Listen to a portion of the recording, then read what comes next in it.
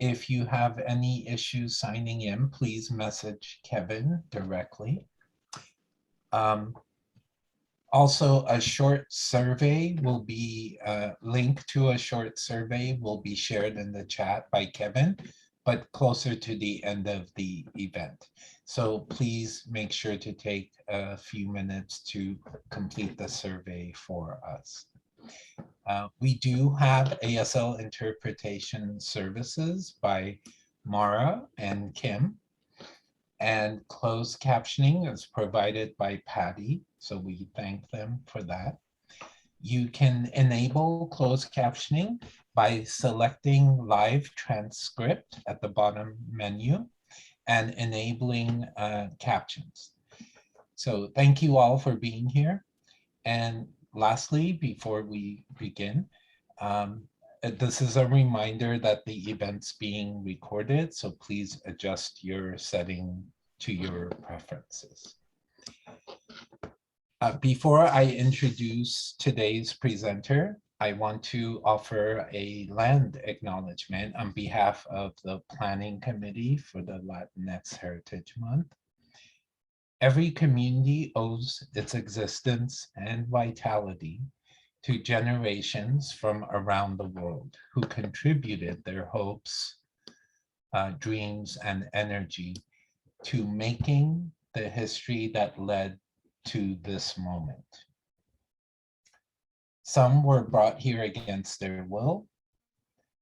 Some were drawn here to leave their distant homes in hope of a better life. And some have lived on this land for more generations than can be counted.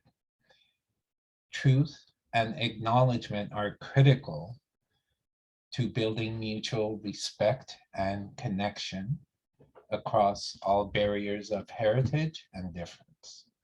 So we begin this effort to acknowledge what has been buried by honoring the truth. We are currently occupying ancestral land of the Tongva people. And in our work to promote social justice in education, we must always consider the many legacies of violence, displacement, migration, and settlement that bring us together here today. With that said, excuse me, I'd like to welcome you all to this evening's presentation for Latinx Heritage Month. This is Glendale College's second year observing the Latinx Heritage Month, and our theme for this year is celebrating our diverse stories, voices, and identities. The planning committee selected this theme to celebrate the unique individuals within the Latinx community, despite the various challenges they faced in this country. And lastly, it's an honor to introduce Dr. José Del Real Viramontes. Jose was born in Jerez, Zacatecas, Mexico. Hopefully I didn't butcher that. He immigrated with his mother, Martha, at the age of 2. He grew up in Hollywood, California, and attended public schools in the LA Unified School District, including Vine Street Elementary, Bancroft Middle School, and Hollywood High School.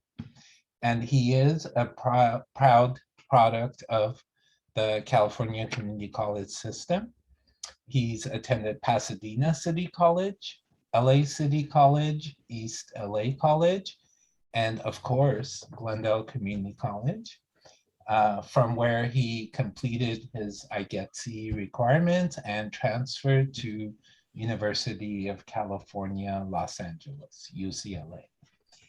At UCLA, he earned a bachelor's degree in Chicano Studies, and he earned his master's and PhD in curriculum and instruction from University of Texas at Austin.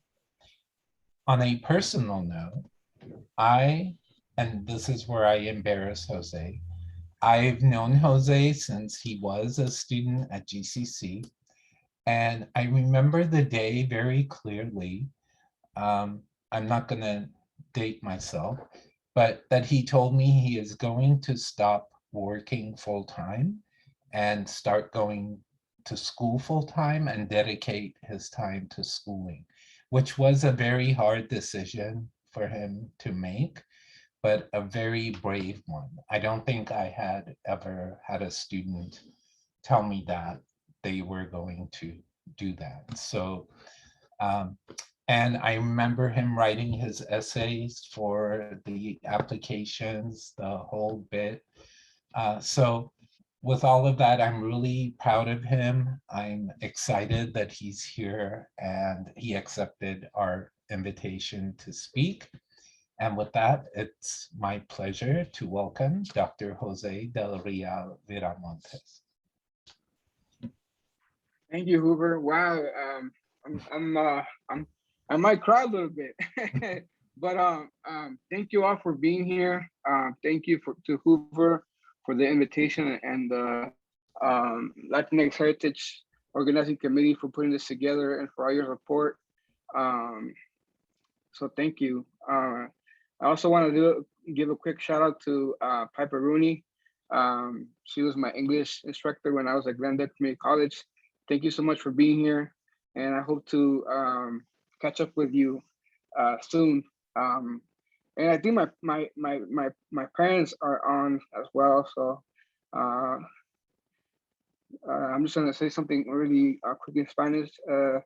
Mamá, papá, gracias por estar en la presentación. And today, I didn't want to make it too academic. I know when Hoover and I were talking about this presentation, I wanted to share a little bit more about my background and my pathway into the PhD and now the professorate. But at the end, I am going to share a little bit of my current work and also my motivation behind the work that I'm doing.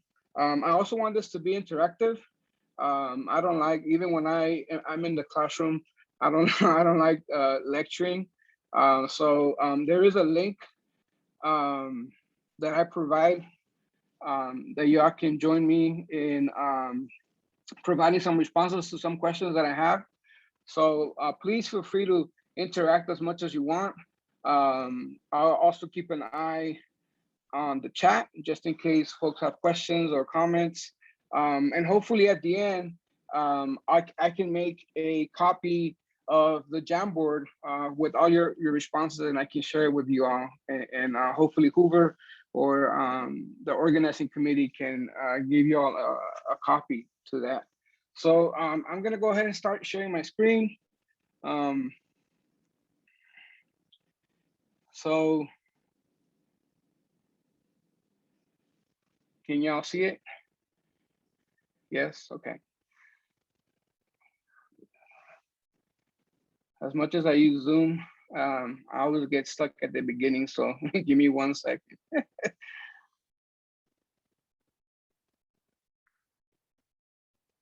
So the title of my talk, of my presentation for today is Del Colegio Comunitario al Profesorado con mi Familia, from the community college to the professorate with my family.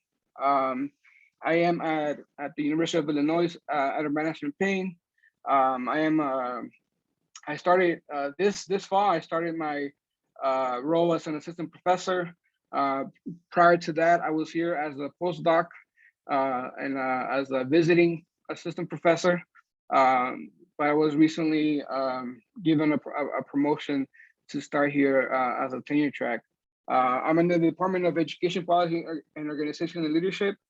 And I teach in the department in the program of higher education, community college leadership. And this is the link where I've created a few slides with a few questions that I'm going to be posting throughout the presentation. And as I mentioned earlier, please feel free to join me and engage with me by providing your responses to the questions. So just a little bit about me. I want to start off with sharing a little bit more about my journey to and through higher education. In putting this talk together, this presentation together, I realized that I was at PCC before going to LACC, and so I graduated from Hollywood High, as Hoover mentioned earlier.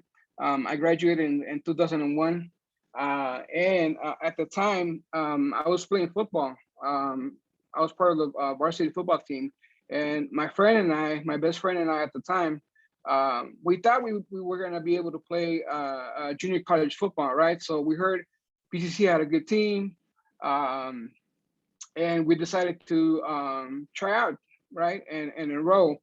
You know, but we ended up not even going to the practices.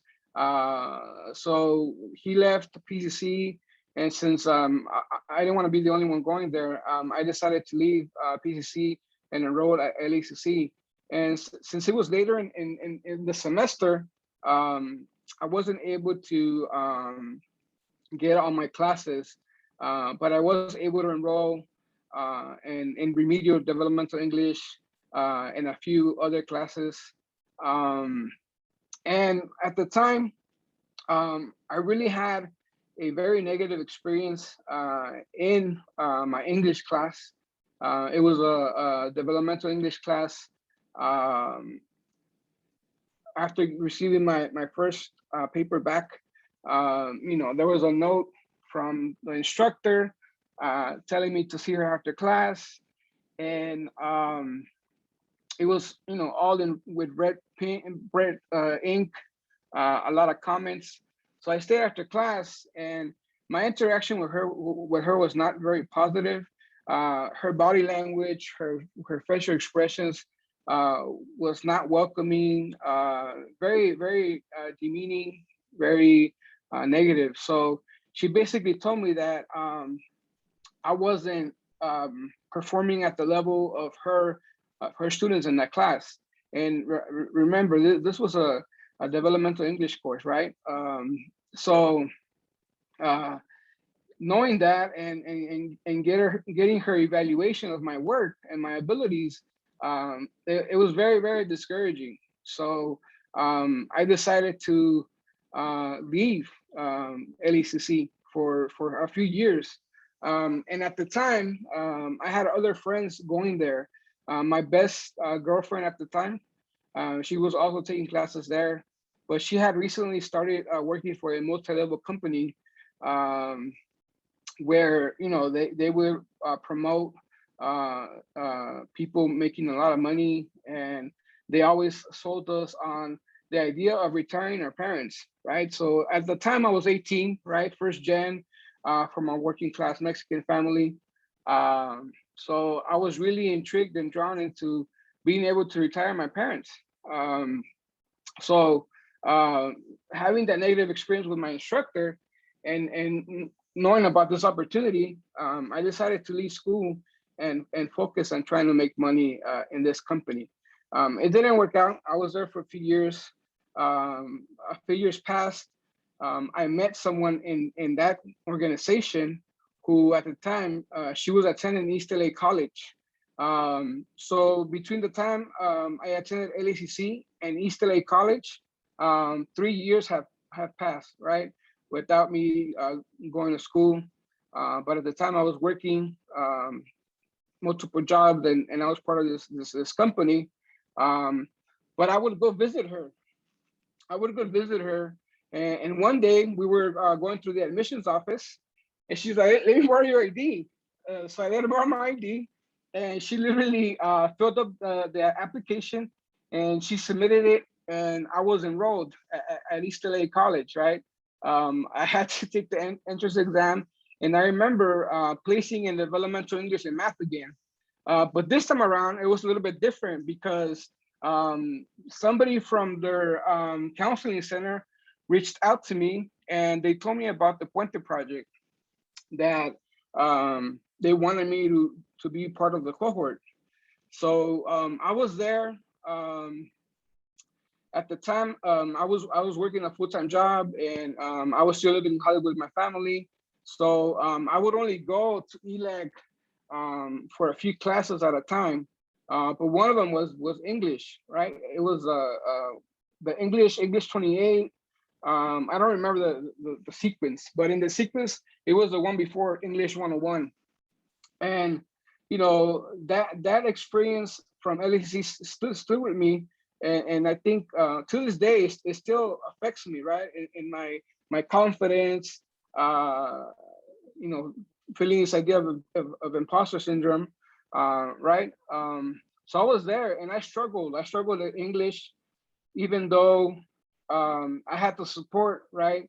The things that I struggled the most was with being able to take time exams on the blue books in the classroom, and also knowing about resources, and also being willing to seek out help, because you know, I'm the oldest in the family. I come from a Latino, very masculine, very toxic, right?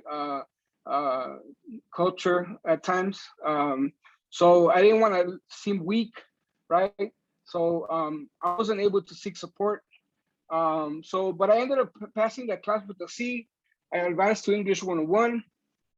And one of the things that kept me in those classes was the fact that it was the first time in my educational trajectory that I had access to literature and authors who were Chicana, Chicano, Chicanx, Latinx, right?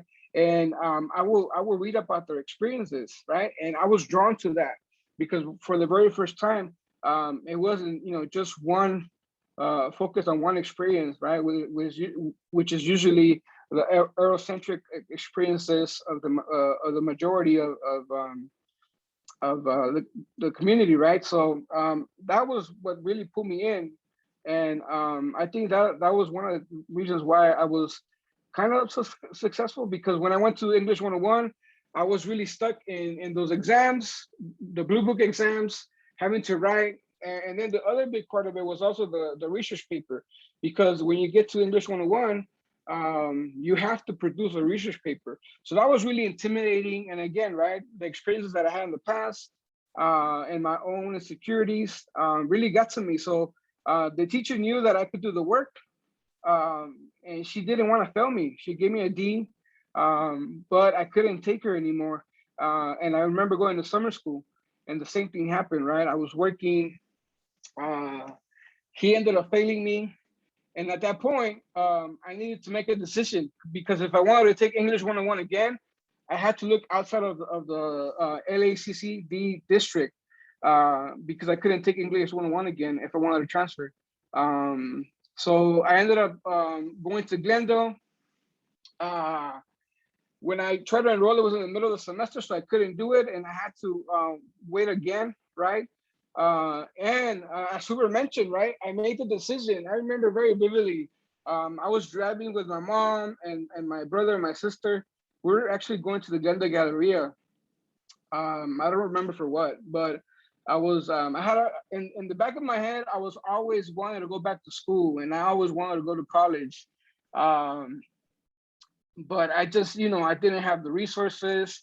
I didn't have the support. I couldn't make the sacrifice of taking away time to solely focus on school.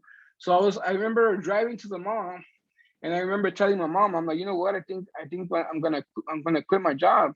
At the time, I had a really good job. I was an assistant manager for AT&T Mobility. So I used to sell cell phones. And at the time, I think I was making about $60,000, because a lot of it was commission based. You know, and I think back on it, and to this day, it's still the best decision that I ever made. After a semester that I took off because I couldn't enroll at Glendale, I ended up enrolling in English 101, and it was with Piper Rooney. It was her English 101 class. But for the first time in my educational trajectory, I was able to just be a full-time student and focus on being a student and nothing else, right? Of course, it was a big sacrifice on my end, also a sacrifice with my family, because, you know, even though my parents never expected me to contribute financially, even though they never asked me to, and even though I remember them telling me when I turned 18 and I had graduated high school, they're like, you know, so what are you gonna do? Are you gonna go to college? If you wanna go, we support you, but we can't help you with navigating that, or we can't help you financially because we just can't support you in those ways. But you should go. You should try to get the information, enroll, and we will support you as much as we can. But, you know, again, coming from a Mexican family, community, culture, that's what you see, right? You see that, you know, the siblings or the elders in the family help the family, right, financially. So that was always a thought of mine, right? Like, what would it mean if I do decide to go back to school full time? So I ended up quitting my job. What I did is I had a lot of PTO saved up, so that was good. And I had like about 10 cell phones that the company would give you, and I sold them, and that's how I was able to go back to school full time.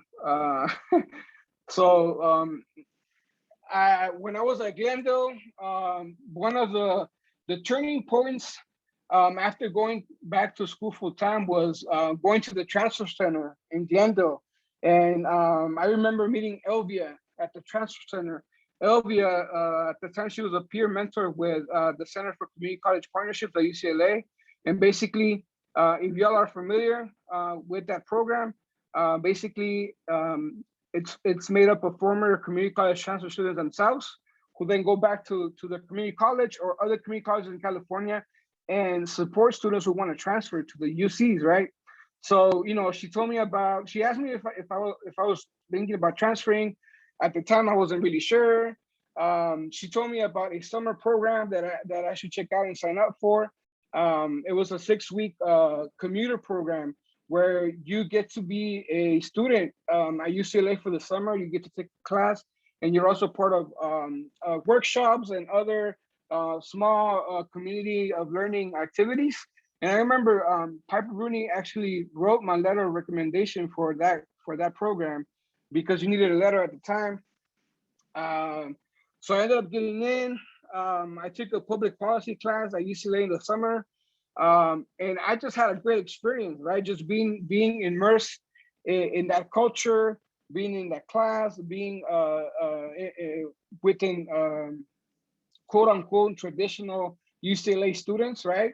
I also decided to live there for those 6 weeks. With the money I had saved up, I rented a room with a friend of mine, a good friend of mine.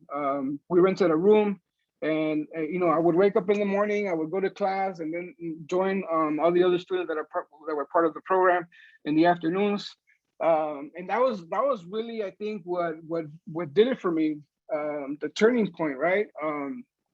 After the program, I gained the confidence that I needed, especially when it came to academics, right? So that fall, I remember I was still at Glendale, and they invited me and Voices, who is a student org at GCC, to do a workshop for AB 540 students.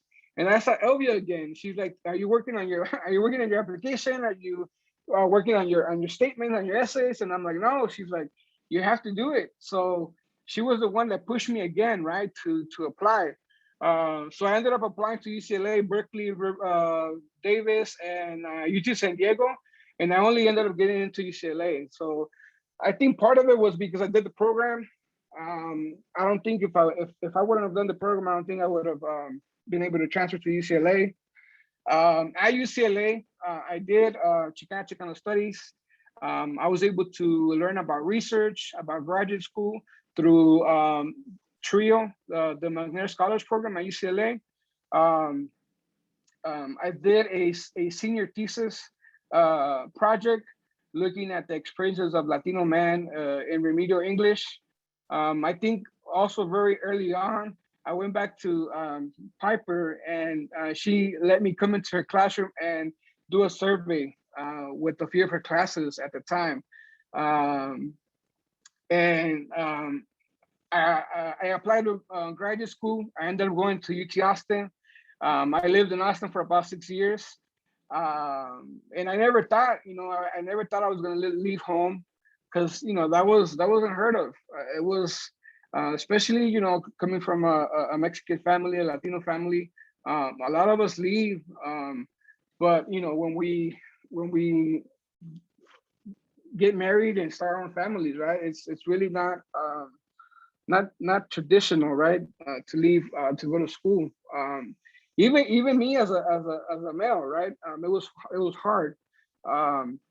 So I ended up being there for 6 years at UT Austin. I always wanted to pursue the PhD and do my dissertation.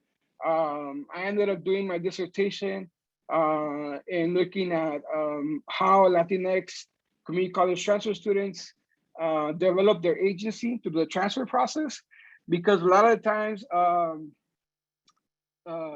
students who are at the community college or who go through the community college, they're stigmatized because they go through the community college. So I wanted to highlight, right, their agency and the fact that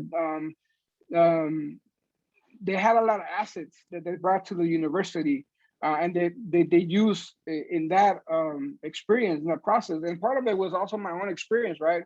I was able to connect my experience to my research. As a result of that, I had an opportunity to come to Illinois. And I don't know why this is. There you go. And I'll talk about Illinois in a little bit, but this is my family. This is my familia. They've been with me the whole way. The picture on where we're all wearing UT shirts, and I'm holding my little nephew Jason. That's the day that I left home to move to Austin. And when we talk about, I mean, there's a lot of things that I can say, but my family was very influential, and it still is, right? In me being able to pursue my PhD, and me being able to move to Austin. At the time, I remember my parents giving me money to be able to move, because I wasn't working full time. I was working at the student store at UCLA. But we're in LAX. The person taking the picture is my partner, Selena. But that's my sister, my dad, my little nephew, my mom, my brother. The one next to it on the right with the green background, that's when they came to my master's graduation. This was a ceremony for the Mexican American Studies. The one with my dad and my mom, that's the day that I defended my dissertation and I became Dr. José Del Real Viramontes. They were there to witness that with me. My advisor, Dr. Luis Urrieta, also gave my parents an opportunity to share in that moment by asking them to talk about their experiences during my dissertation. And then the pictures on the bottom, the one with the Texas sign in the background, that's where my partner's family and I, we were all together for my big graduation. I didn't graduate the year that I finished my dissertation because things happened really quickly. I was able to get a postdoc in Illinois, so I had to move and I had to finish everything really quick. But I was able to celebrate with them a year later in 2019. So we all went for the summer. The one with my family and my cap and gown, my regalia, that was for the Latinx ceremony at UT Austin. And the other one is really special to me too, with my brother. My brother also went to the community college and he ended up transferring to UCLA as well. This is Rasta grad, the Latinx grad at UCLA.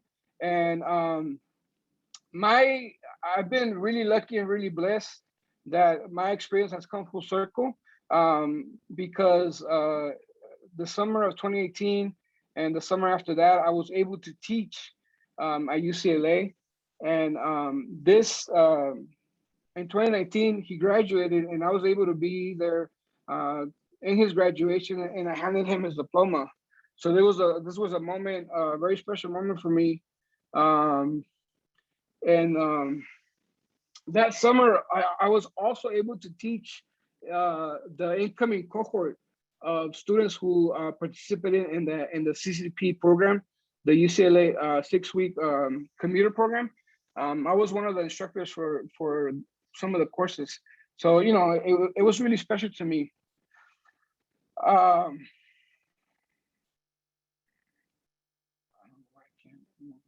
Oh, there you go. And this is just a little bit of the noise. Yeah, I wasn't ready for the snow, but I started at Illinois in 2018 as a postdoc. My main responsibilities at the time were to try to publish out on my dissertation.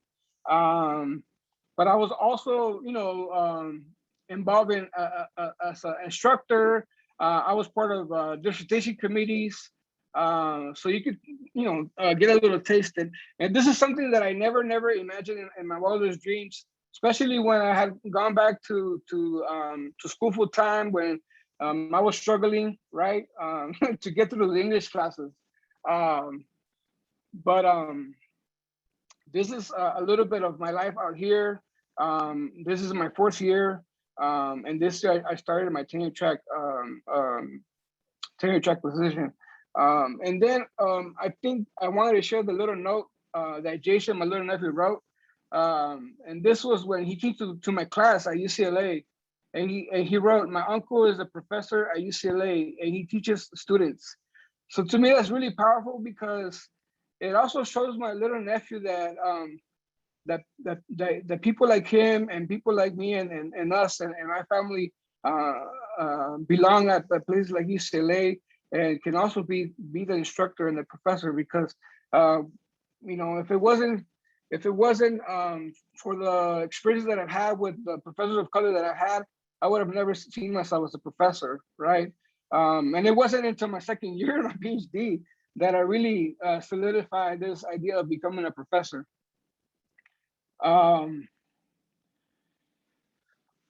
So just I want to shift a little bit of gears and talk a little bit about how our parents are involved in our education since the beginning, right? And this is particular to the Latino community, but there is a lot of negative perceptions, right? That our parents don't care about our education, that they're not involved in our education. And there's always a disconnect, right, between education, U.S. education, U.S. schools, and those, especially for our parents and families that come from, that are immigrants, right, and that come from other countries. So I want to introduce you to this idea of educación, and it's loosely translated to your upbringing. And Valenzuela, she shares, it is first a foundational cultural construct that provides instructions on how one should live in the world. With this emphasis on respect, responsibility, and sociality, it provides a benchmark against which all humans are to be judged, formally educated or not. So I don't know how you all feel, but when I was growing up, I knew that my mom and my dad were involved in my education, but it wasn't even into after Glendale, right, that I felt that they weren't very supportive. But you know, after, you know, unlearning and learning new things, right, I was able to shift my perspective and view things differently. And to me, the reason why I wanted to share this by Valenzuela and educación is because a lot of us, especially kids of immigrant parents, our parents emphasize educación a lot, or upbringing, right? And or being well educated, meaning that to be respectful, right? to be respectful to your elders. But also, in my experience, my mom and my dad, even to this day, when I go home and I stay with them, they're like, hey, you should dress well, right? You should iron your clothes, like make sure that your hair is done, right? So not only is it's a way of being, but also a way of taking care of yourself, right?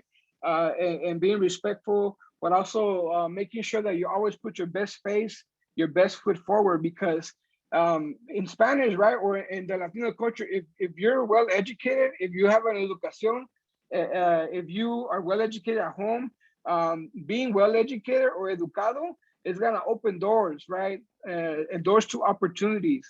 And to this day, I understand that now, right? And I understand and I see how that started at home, and I can see how that has opened doors for me, and it still continues to open doors for me, right? Like being respectful, being responsible, being well groomed, right? Well behaved. Um, uh, so I wanted to share that.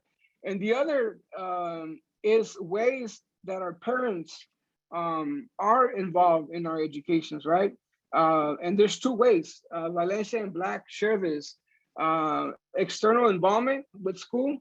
And these, some examples are service or teacher contacts, right? School visits. For me, I remember my dad and my mom walking me to school every day. We didn't live too far away from school, so they would make sure that I was dressed, I was fed in the mornings, that they walked me to school when we didn't have a car. Um, my mom always went to back to school nights, right? Uh, my dad, when there was issues, right? My dad would go talk to my teachers. Um, we dealt with a lot of now I can name it and I can identify them, these instances. And we dealt with a lot of discrimination, unfortunately, right? Because English was not our first language, because we look brown. My dad and my mom speak English, but they don't dominate it, right? So we dealt with a lot of discrimination from counselors and teachers. But my parents were always there, right? And then the internal involvement. And this is where a lot of our parents are really involved, which is at home, helping with homework, right? Walking children to school, conversation about our ambitions. And then once in a while, when we're not performing or doing well at school, they scold us for it, right? And I remember these too, right? So up until when I graduated from high school, my mom would always help me with homework. Um, and we would always talk about school and about ambitions, right? So these are two examples of how parents are traditionally involved in their kids' education when it comes to the Latino community. And sometimes these are not viewed as traditional ways of being involved, right? By traditional measures in schools, right? Um, and I want to engage you in the first reflection. If you use the link to go to the Jamboard, I would like to hear your responses to these questions. The first one is, describe the ways that your parents' family's education has supported your educational or your schooling. And then the second one is, describe the internal ways your parents or your family were or are involved in your education and schooling. So let's take about a minute or two and have y'all respond to these two questions in the Jamboard using the link, please. And then I'll share a few out loud.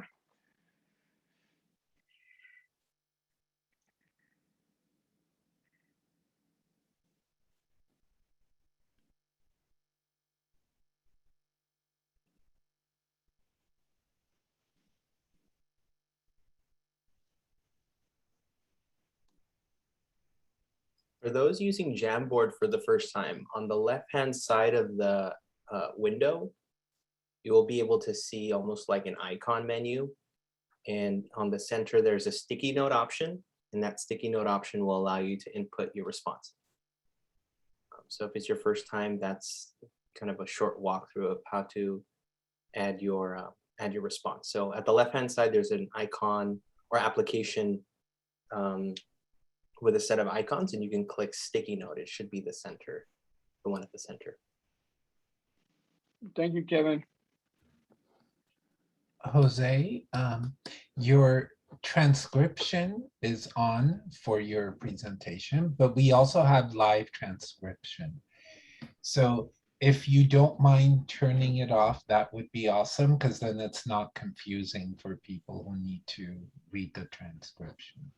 Oh, how do I do that? I'm not sure if it's your Zoom or if it's your PowerPoint. It might be your Zoom has the transcription on at the bottom where it says transcript. He's correct. It could be in the PowerPoint as well, because it's not picking up anyone's voice except for Jose's. Right, correct.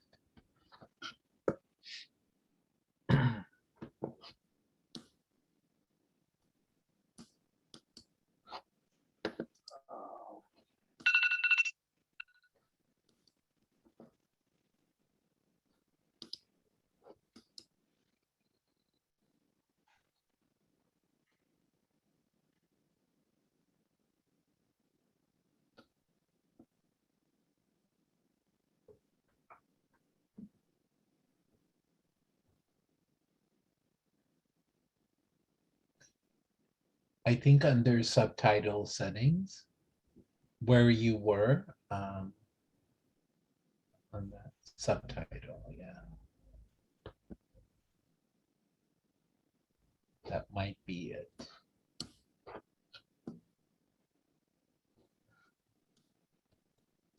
I think he may have disabled it. I saw If you him can, click yeah. that. If you can say something, Jose. Yeah. Okay, I think it's not showing up, so. Okay. Perfect, thank you. Sorry. No, sorry about that. No. Okay. Let's get back to this real quick.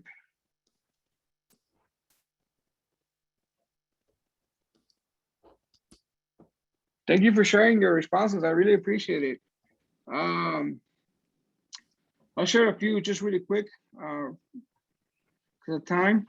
But somebody said financially and also by emotionally supporting me. Yes, that's really big. That's where a lot of our parents show their support financially and emotionally. Especially, you know, when you go off to college and you're trying to get used to the environment, to new people, to new classes. That's really important, the emotional aspect of it. Have you eaten yet? Making sure I was nourished enough to take on my courses and responsibilities is something I'm forever indebted to my parents. That's a big one too. That's a big one for me all the time. Every time I call home, every time I FaceTime, they check in, right? If I'm tired, they're like my mom's always telling me you should go to sleep and then wake up so you can be refreshed and take on your next task. Thank you all for sharing. I'm gonna move on to the next slide, and so this is something that to me, I want to introduce you to. This is called the Community Culture Wealth Model. I don't know if some of you are familiar. I was introduced to this theory that is made up of different ideas when I was doing that program, the summer program at UCLA. And basically, the Community Culture Wealth Model by Yoso argues against the traditional notions of cultural and social capital, right? Because especially in the educational system, right? people of color, students of color, communities of color, they're always judged in comparison to, white Eurocentric middle class values and sets of knowledges, right? So she's arguing against that. She's saying that our communities also possess cultural and social capital. And to me, when I learned about this, it gave me pride in my culture. I value my culture even more. I value my parents even more. Their sacrifices, their teachings, their own ways of knowing, right? What they taught us as growing up, right? So she presents 6 forms of capital, and so basically, community cultural wealth describes the array of knowledge, skills, abilities, and contacts possessed and utilized by communities of color to survive and resist macro and micro forms of oppression. And this is the 6 capitals are aspirational, and aspirational capital describes the ability to maintain hopes and dreams for the future, even in the face of real and perceived barriers. Familial capital refers to those cultural knowledges nurtured among familia, kin, that carry a sense of community, history, memory, and cultural intuition. Linguistic capital includes the intellectual and social skills attained through communication experiences in more than one language and or style. Navigational capital describes the skills of maneuvering through social institutions historically. This infers the ability to maneuver through institutions not created with communities of color in mind. Resistant capital refers to those knowledges and skills fostered through oppositional behavior that challenges inequality. And the last one, social capital, describes the networks of people and community of resources. And when I was exposed to this, when I understood it, my life made sense, right? My life, why I struggled so much, especially in school, right? Because even when I was growing up, I was always a quiet kid in class. I would never raise my hand because the environment where I was at, it wasn't welcoming. It wasn't welcoming of me providing my input, of me voicing my opinions, of me showing understanding for the material. And I saw the same thing happening to my parents when they would go to school, right? So when I learned about this, it made my experiences made sense. The reason why I was stuck in English forever made sense. The reason why I had all these challenges, but also I had a deeper appreciation for my culture, my family, my parents, and my upbringing. And this is what I want to share as well. This is what I would consider my community cultural wealth, Del Real Viramontes community cultural wealth. And these capitals, for example, aspirational capital, I developed aspirational capital by listening to my parents talk about their immigration experiences. My dad, he came before us in the 80s, and he had to cross the border, right? It was very unsafe, very dangerous. So I developed my aspirational capital to overcome whatever barriers it was or I'm facing, because of the stories that my dad and my mom would tell me about their sacrifices, what they had to deal with. The familial capital, it was developed because I saw my parents set the example, right? They were my role models in a way of them taking care of their families back in Mexico, or even their siblings that were in the States with them, right? Always making sure that family came first, that family was taken care of, right?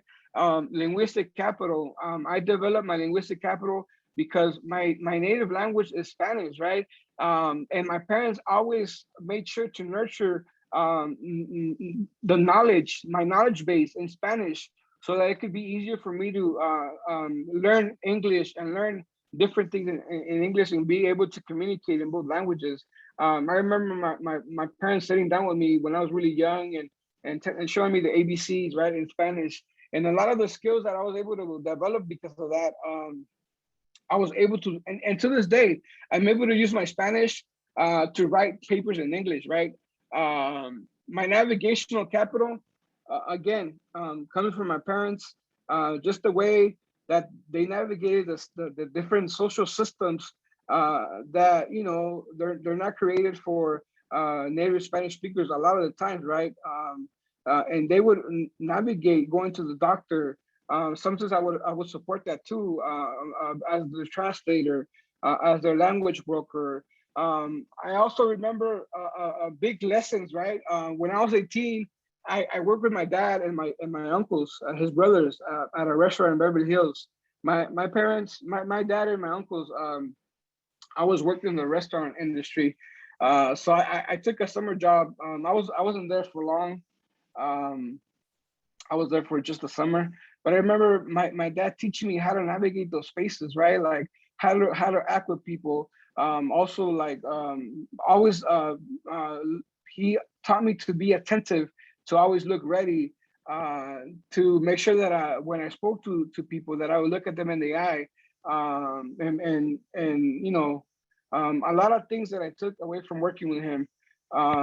Resistant and social. I mean, resistance, it's a little bit of the same, right?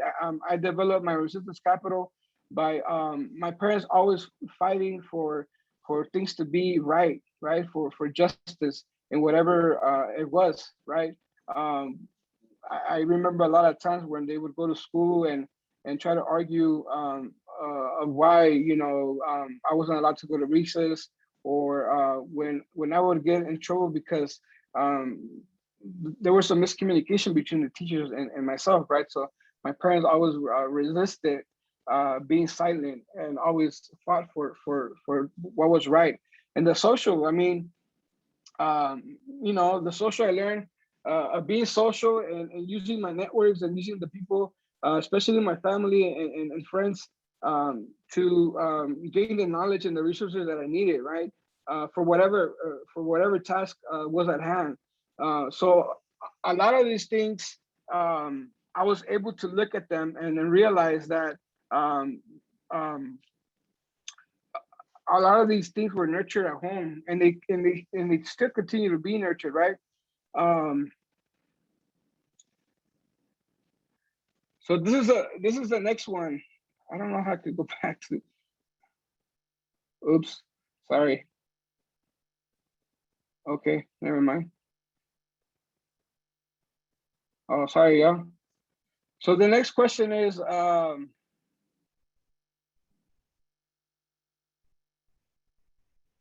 if you could go to the next page on the Jamboard on page 2, and respond to this question: what are some examples of the cultural social capitals that are part of your community culture wealth? And this is based on the definitions that I shared with y'all. This is based on some of the examples that I gave y'all that I developed. It's in page number 2. I see that somebody already has something here. So take about a minute or two and share some of your responses, and then I'll share them with y'all.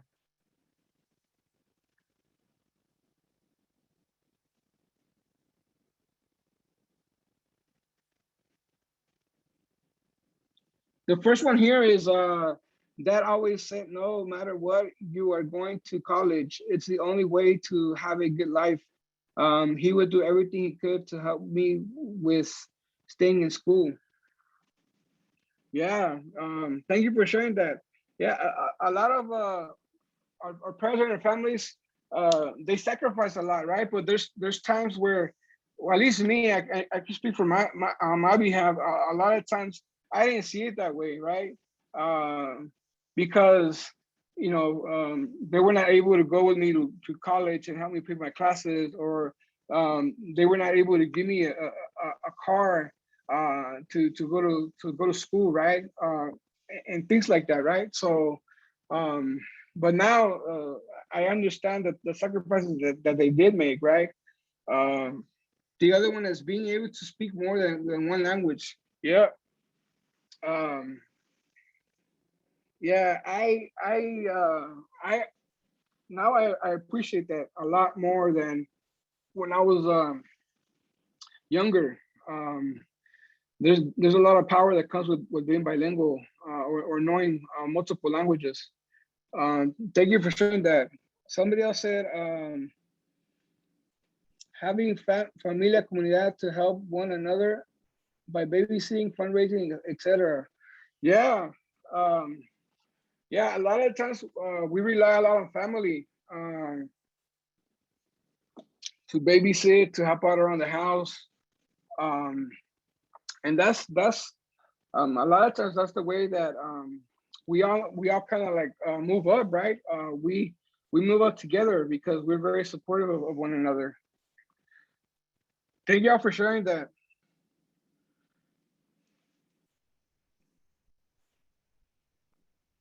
I wanna talk a little bit of working with Latinx community college transfer students and kind of my motivation, my inspiration. So when I went to UCLA, one of the first classes that I took was Mexican Americans in schools, and I was exposed to the Chicanx educational pipeline, which is the one that is it looks like salmon, or yeah, salmon. The one on your left, and it blew my mind, right? And the other one, the one that's more colorful, that has a different Latinx communities. It's newer. I think this one was maybe 2016, 2017. But the other one, it's a little older. And what really stood out for me, and basically what you see in the screen and the images, it's a pipeline where if you start at the top, from 100 Chicano, Latino, right, students who start elementary school, about 46 graduate high school. And out of those 46, 26 of those enroll in community college. And out of those 26, I'm sorry, 26 enroll in college, but out of those 26, 17 of those enroll at the community college. So about 60% of students enroll at the community college, right? And out of those 26 that enroll in the community college, 8 graduate with the BA. 2 graduate from with the master's or professional degree, and 0.2 graduate with the PhD, right? So this really stood out to me, right, when I was in class. And this is one of the things that started my research, right, along with my personal experiences. And what I really was interested in, and I'm still interested in, is the number here in the community college, the more than 60% of students of Chicanx or Mexican American students who start at the community college, but only one transfers, right, to a university. So from the beginning of my career at UCLA, I was always wondering why that number is so high, right? We know that more than 60% of Latinos, Latinas, Latinx students start at the community college. And we also know that 70 to 80% aspire to transfer to a 4-year and earn a degree. But unfortunately, very few get to do that, right? So this is one of my motivations, right? To figure out what's going on with the system. And then on the other side, this is representative of all the major Latinx communities within the Latino ethnic group.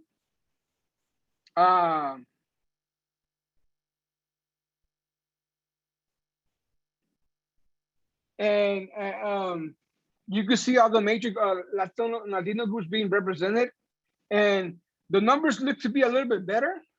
But one of the reasons why they look better in terms of educational attainment is because the Latino population is bigger, right, in the United States.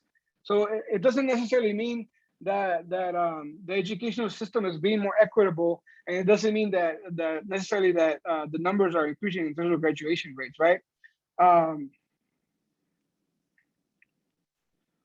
So this is the third reflection that I want you to think about, right?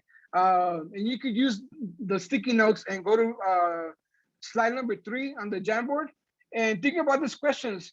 What are some barriers and challenges Latinx students experience in the community college that delays or prevents them from transferring to a 4-year institution? And then the other one, why is it important to highlight Latinx community college student community cultural wealth? So I'll give you a few minutes and please feel free to share.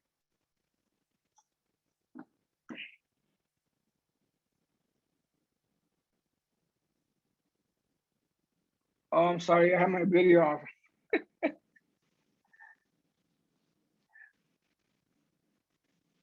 Take about a minute or two to respond to these questions.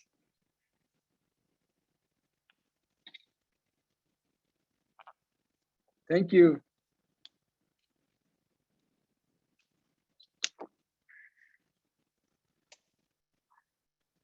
I'll read the first response just because I want to be mindful of the time.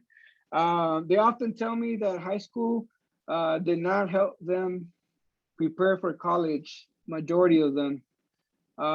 Yes, a lot of our Latinx students or a lot of students of color go to high schools that are under-resourced, underfunded.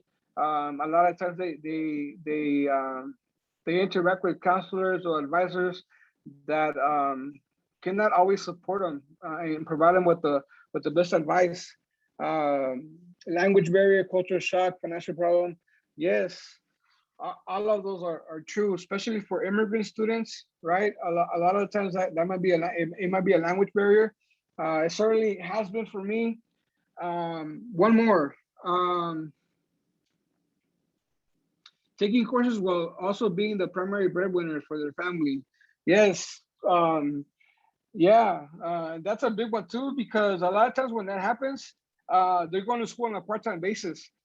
So there's really, they're not able to invest full-time, invest themselves full-time in school and in the school environment. And we know that it's essential for students to be focused, to be able to be focused in school, right? Thank you for that. I'm gonna move on to the next slide. So just to add a little bit more to what I was sharing of why I'm motivated to do this type of work. One of the goals is to identify the transfer receptive culture for Latinx community college students at 4-year colleges and universities. And what that really means is that a lot of times people blame students, right, for not being able to successfully transfer to a 4-year institution. A lot of times they also blame the community college, and they hold both of them responsible for students transferring and succeeding at the community college and transferring to a 4-year. But recently, a lot of the work has shifted, right? So a lot of scholars are starting to do the work, and myself included. We're looking at what 4-year institutions are actually doing in that process. How are they partnering or collaborating with community colleges to ensure that the barriers, they remove the barriers or the challenges that the students experience, right, in that process. Also, the other thing that the other goal is to highlight how Latinx community college transfer students develop their agency and apply the community culture well to confront the ideological, material, and the structural conditions of the pre and the post-transfer process at the receiving institution. Again, right, I mentioned this earlier, a lot of people outside of the community college, they view us, students who go to the community college, as less than, right, less academically prepared, less willing to do well in school, right? And we've been stigmatized as students, and the community college itself has been stigmatized within the hierarchy of higher education, right? Because the community college is not seen in the same light as a 4-year university, like the UCLA's, the Texas, the Illinois, right? And also the third goal is to highlight how Latinx community college transfer students perceive the campus culture and climate for Latinx community college transfer students. So once they're at the four-year university, how do they view the environment, the campus environment itself, not just the classes, but the quad or the gym, right? Or the common areas where they get to interact with other students, right? How do they view those spaces, right? And I'll show a little bit more about that in a little bit. So this is what I found, right? What the literature talks about. As I mentioned earlier, right, before we get to the community college, a lot of Latino students choose the community college because they don't adequately get advice from high school counselors or advisors. They have financial concerns. A lot of it comes from being first gen, being low income. Also in different states, it also has to do with being undocumented or documented students, and the financial aid policies not being favorable for them in those states, and also seeing the community college as a good place to start their higher education careers, right? Once they get to the community college, some of you mentioned some of these barriers, right? The main barriers are part-time enrollment, right? Because they can't focus on being full-time students, mainly full-time students, financial aid challenges, academic obstacles. The biggest one is being enrolled in developmental math or English. And also one that's really important, but it's not highlighted enough, is that a lot of us, because we are first gen, we have limited access to information and resources specifically to help us transfer, right? Once we get to the four-year university, we experience a lot of discrimination and racism based on race, ethnicity, social class, gender, age, and perceived ability. So a lot of times things don't get easier when they transfer, right? And then just a little bit more on the transfer receptive culture. Jane et al. They created this framework that highlights, again, the role of the four-year university in this process, right? In making sure that more community college students transfer to a four-year university, and that they complete their four-year degree. And because the majority of students who go to the community college with aspirations to transfer are Black and Brown students, they also take race into consideration in this process, right? So they're actively seeking to understand what four-year universities are doing to eliminate the institutional and structural barriers for more students to transfer and complete their BAs. And there's 5 things that they look at. How do universities prioritize community college students transferring? How do they outreach to students to make sure that from when they start the community college, they take the right classes, they become transfer eligible, they apply, and then they enroll. Also that they have the financial aid and the academic support they need in order to be successful at the four-year institution. And also, how does the university acknowledge the lived experiences that students bring with them, and the students' commitment to community and family? Because for a lot of us, right, family and community are really big in our day-to-day. So how do four universities acknowledge the lived experiences, but also make spaces intentionally for students to be able to bring their families, to be able to create spaces for them at these universities? And then the last one is, what are the universities doing to assess and evaluate their programs, their policies, and how well they're doing, right, to support transfer students? And just really briefly, I also want to share some of my findings from my work. most of my work is in Texas and in the Midwest. And what I found through my research has been that students, Latinx community college students, deal with perceptions that students and faculty, staff, and administrators have of them, but also they deal with their own perceptions, right, that they have about themselves, right?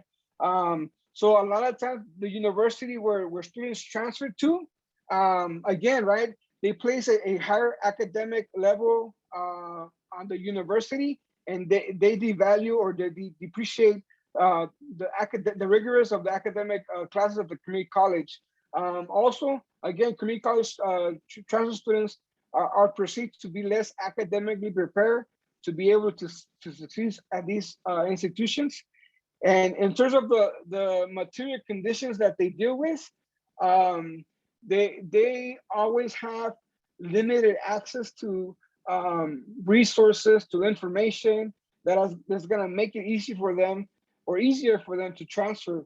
And then the last one is they face a lot of structural challenges as well, right? A lot of times, some of the pathway programs or some of the programs that are collaborations or partnerships between the four-year university and the community college, they don't fulfill their promises or their goals to ensure that students transfer and graduate from these universities. So these are the things that students deal with once they transfer, enter the transfer process.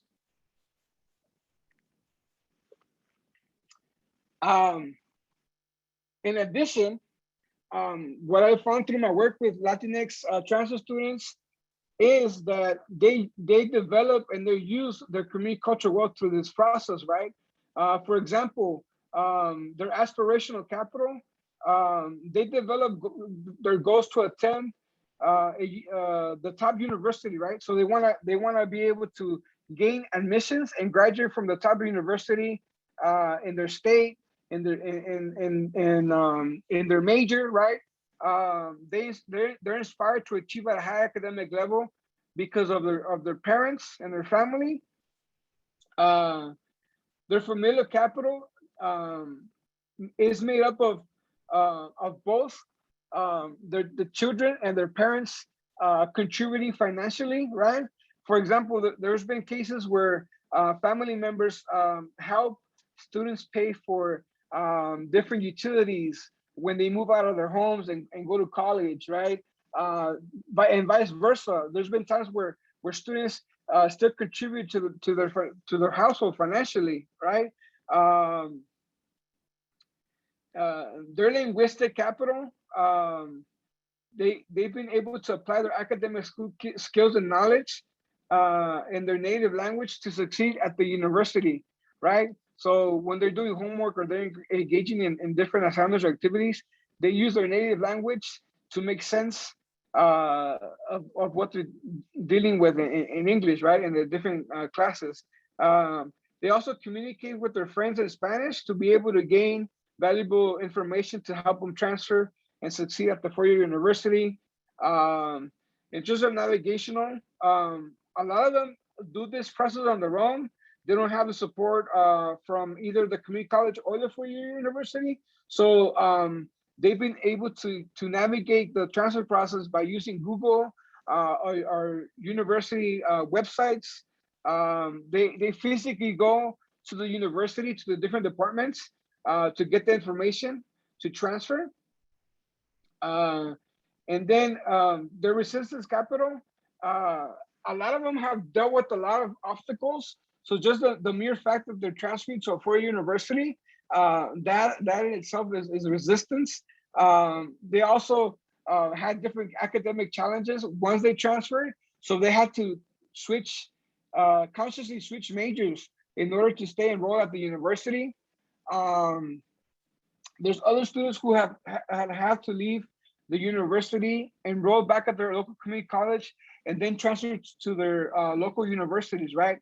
And then lastly, they use their friends who were at the community college and transferred to the universities in order to transfer to the university. They also relied on peers at these universities by developing relationships through organizations, through tutoring labs, right? To get access to the support and the resources they needed in order to become successful.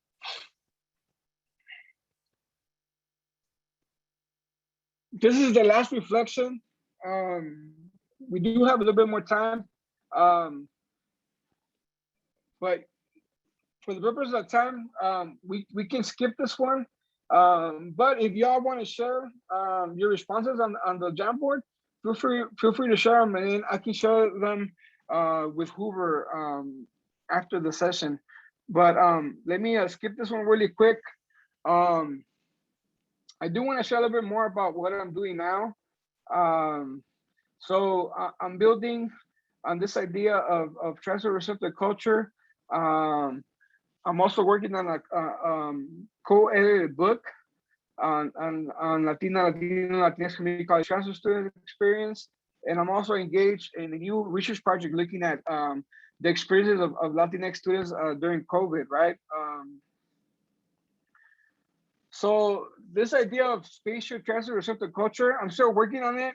I'm working on a paper right now, but basically it explores how Latinx define unreceptive, receptive, and their most meaningful favorite spaces on campus.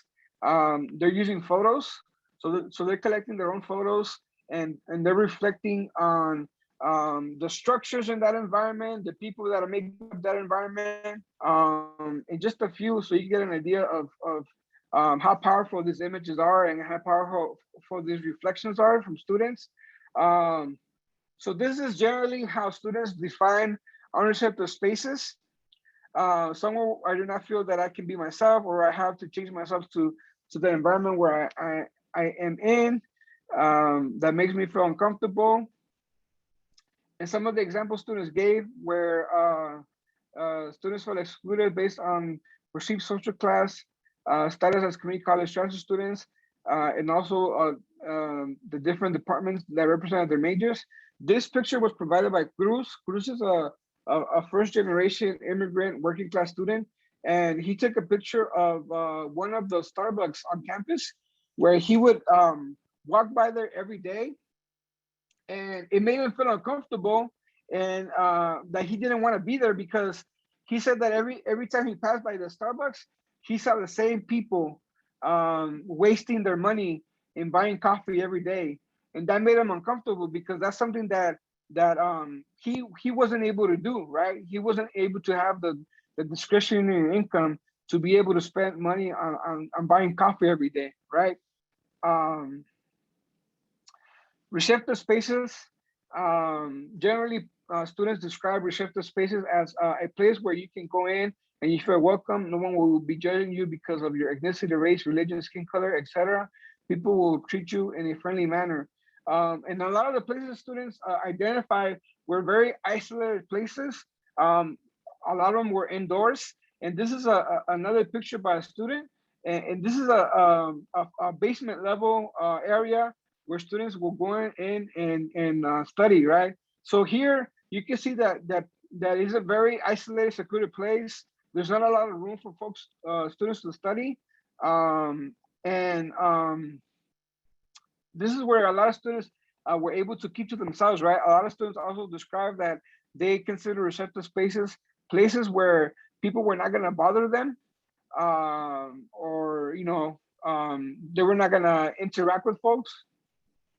And then the last one is an example of their favorite spaces. This one is a picture of an area on their campus where there's a street where there's a lot of foot traffic. It's open to the public, so there's students, people walking, but there's also cars driving in that area. So Josdi, who was a bilingual education major, she said that this place was her favorite place because everything about this picture defines why this is my favorite place. This school is the most beautiful school I have ever seen. And every day I'm so grateful because I got accepted. When I walk through here, there are so many students going to class. And although my classes are almost all white kids, walking through here, I can see the diversity. Although I only see a few Hispanic people, at least I know they are here or they are there. I think this was very powerful because as a bilingual education major, she was the only Latina in her classes. And she also went on to share that she wasn't comfortable speaking Spanish because she was the only Latina there, and she wasn't going to be able to communicate with anybody in Spanish. So she would always have to speak English and interact with students in English, even though it was a bilingual program, right? And this picture stood out because she describes this university not having a lot of Latinos in the campus, but when she stood here or when she walked through here, that's when she saw more Latino people, right? So she felt that they were there. She knew that they were there.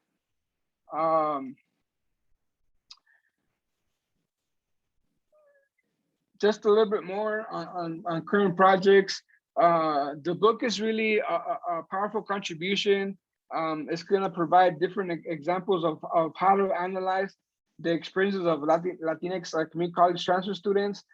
We have folks contributing chapters that deal with formerly incarcerated and system impacted students, students in STEM. It also provides more on the pre and the post transfer experiences of Latino students. And it also provides research-based practices and successful programs at four-year institutions that support more students transferring and graduating from their four-year institution. And lastly, the COVID project looks at these experiences within the context of COVID. A lot of students in these institutions were remote the year that they had to transfer to their universities. So a lot of them were doing their first transfer year from home, and they couldn't develop a sense of belonging or attachment to the university. And they described not being supported by the university. And I also got to interview folks who work at the university with transfer students and get their perspectives. And then finally, I want to share what I have learned as a first generation community college transfer student who is now a professor. We have to be the connection between the educational system and our parents' families. We have to acknowledge and value the external and internal school involvement our parents' families practice. We have to demystify the U.S. education schooling system, including the role of the community college in obtaining a certificate, a technical career, and transferring to a four-year institution to earn a BA. We have to unlearn to center our lives around Eurocentric set of knowledges and learn to value and use our set of knowledges to empower ourselves, our family, and our communities. We need to embrace our intersectional identities. For example, being Latino, first gen, working class, immigrant, son, uncle, partner, professor, etc. We have to embrace our roles and responsibilities as trailblazers in our families and communities. A lot of times, being first gen is seen in a negative light because a lot of us deal with a lot of challenges. But I've learned to embrace that role. It's been different, right? And the last one is there is no right or wrong way to doing education or school. There's the way that you do it, that you do education in school. So I wanted to leave you with that. This is my contact information. Please feel free to reach out to me if you have any questions about transferring. If you have any questions about being connected at different universities in California, if you're thinking about transferring, if you want to learn more about the summer program that I did, if you want to learn about graduate school, if you want to learn about my work, or just if you want to talk, now that you got an opportunity to know me, consider me part of your social capital, your social network. That's my mobile. feel free to shoot me a text. Sometimes it's easier to connect with me via text just because the emails the emails get a little bit busy. But that's my email. Feel free to connect with me. We could definitely set up a phone conversation or a Zoom conversation. And that's it. And I'm sorry I didn't leave enough time for any questions, but I can stay a little longer. Thank you so much for being here. Thank you for everything. And thank you for engaging in the questions. I appreciate it.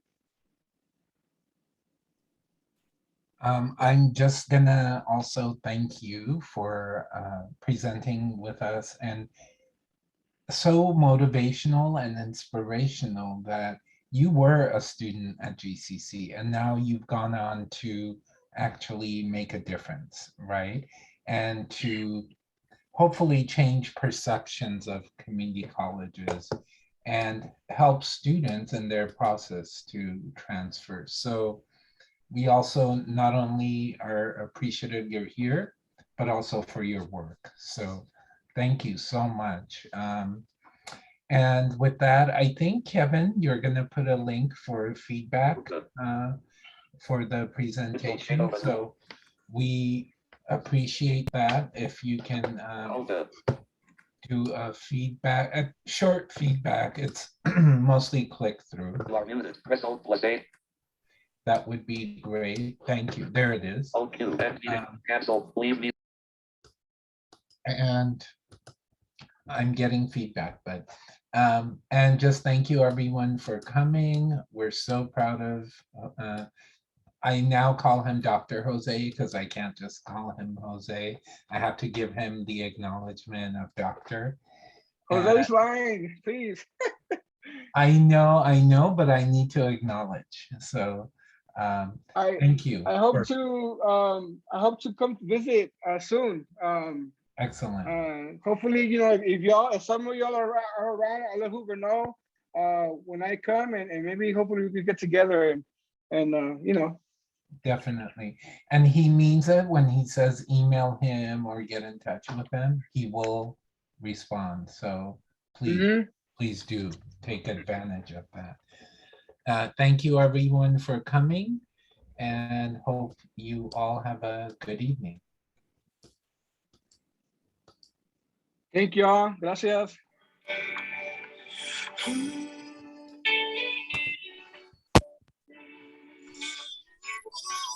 I hope to see you soon.